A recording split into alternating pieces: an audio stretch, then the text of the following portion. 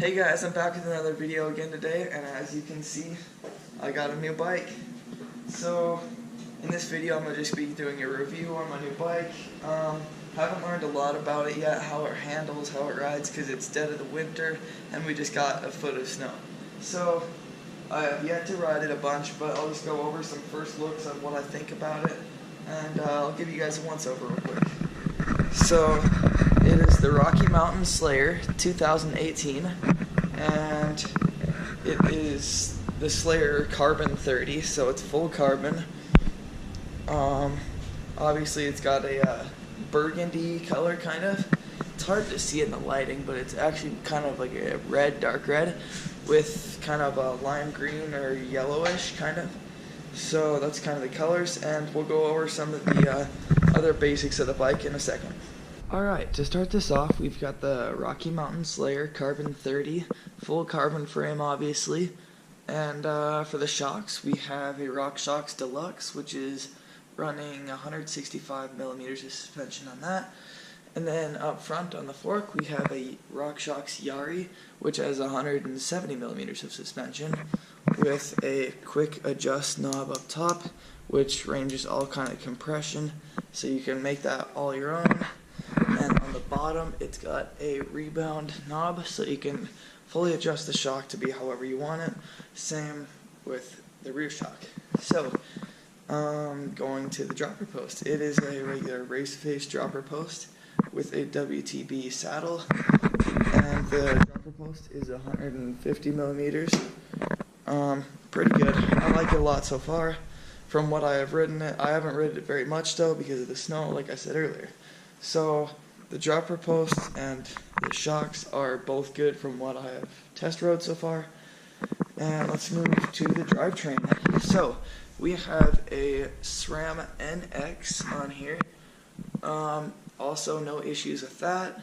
It is 11 speed, according to the derailleur, and according to how many you can count. Obviously, an 11 speed chain, we wouldn't run it any other way. Might upgrade that in the future though. For the shifter on that, we also have just a regular SRAM NX shifter. For the brakes, we are running SRAM Guide R. It's kind of hard to see in this lighting. There you go, SRAM Guide R brakes. 203 millimeter rotors, and just a regular SRAM Guide calipers. No issues with those so far. Nice and powerful.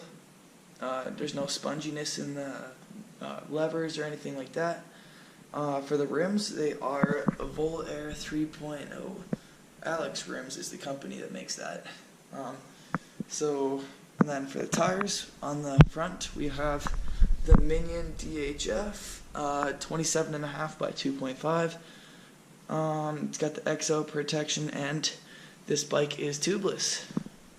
On the back, we have the Minion DHR 2, and that is also 27.5 by 2.5, and it's tubeless.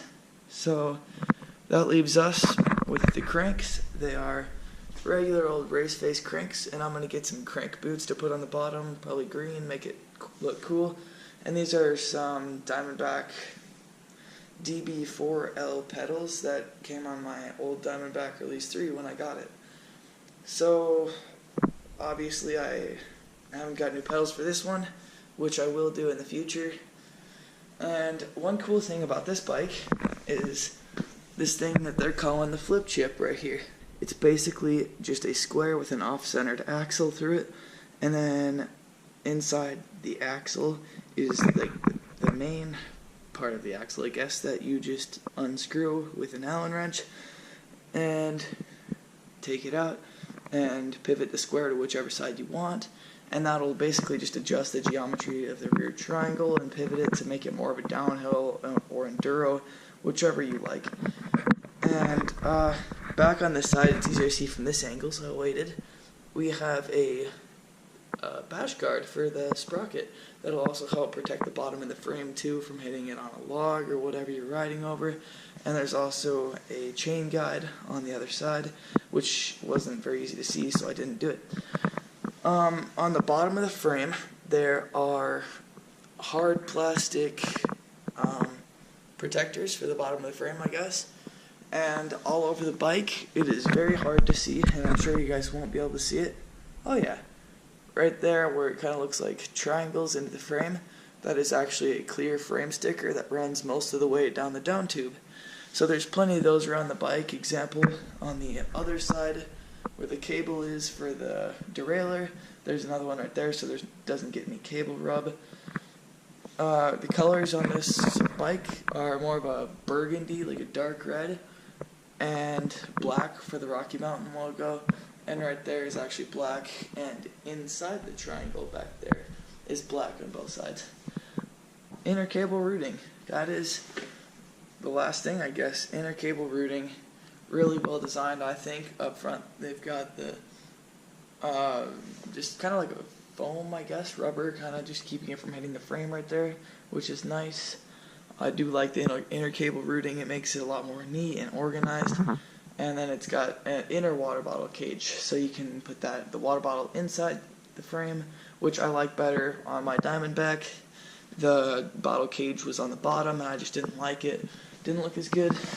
And the last thing that I like about Rocky Mountain bikes is the front. So the logo here is, I actually just like their logo, but the whole logo is actually metal, and it's kind of glued onto the frame, I guess. So that's good. I really like that. Just looks nice. And then last but not least, we have aluminum bars, race face, and that'll about sum it up. Some of the upgrades that I'm hoping to do this in the future is obviously new pedals, get some bright green ones with maybe some black pins in it probably, and then some race face crank boots that are probably going to be a bright yellow like the frame, just to spice it up a bit. Obviously I'll get new grips because these are just the regular old grips, but it does have cool end caps. You can't see it, it's hard to see with your eyes in real life, but there's actually a maple leaf inside of the black caps, so that's kind of cool. But I will definitely get new grips in the future, possibly new bars, maybe make those carbon, and then maybe a new saddle, but that'll be in the future.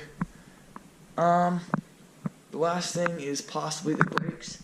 I would upgrade them to Magura MT7 brakes, which a lot of my favorite pro riders are using. So if I ever have any issues with these brakes, I'll spend a couple of bucks and get myself some new brakes. So that's it for this video, guys. Thanks for watching. Hope you guys like my new bike. If you have any questions about it, comment below with any questions you have. If you like this video, leave a thumbs up and don't forget to subscribe, guys. Thanks for watching.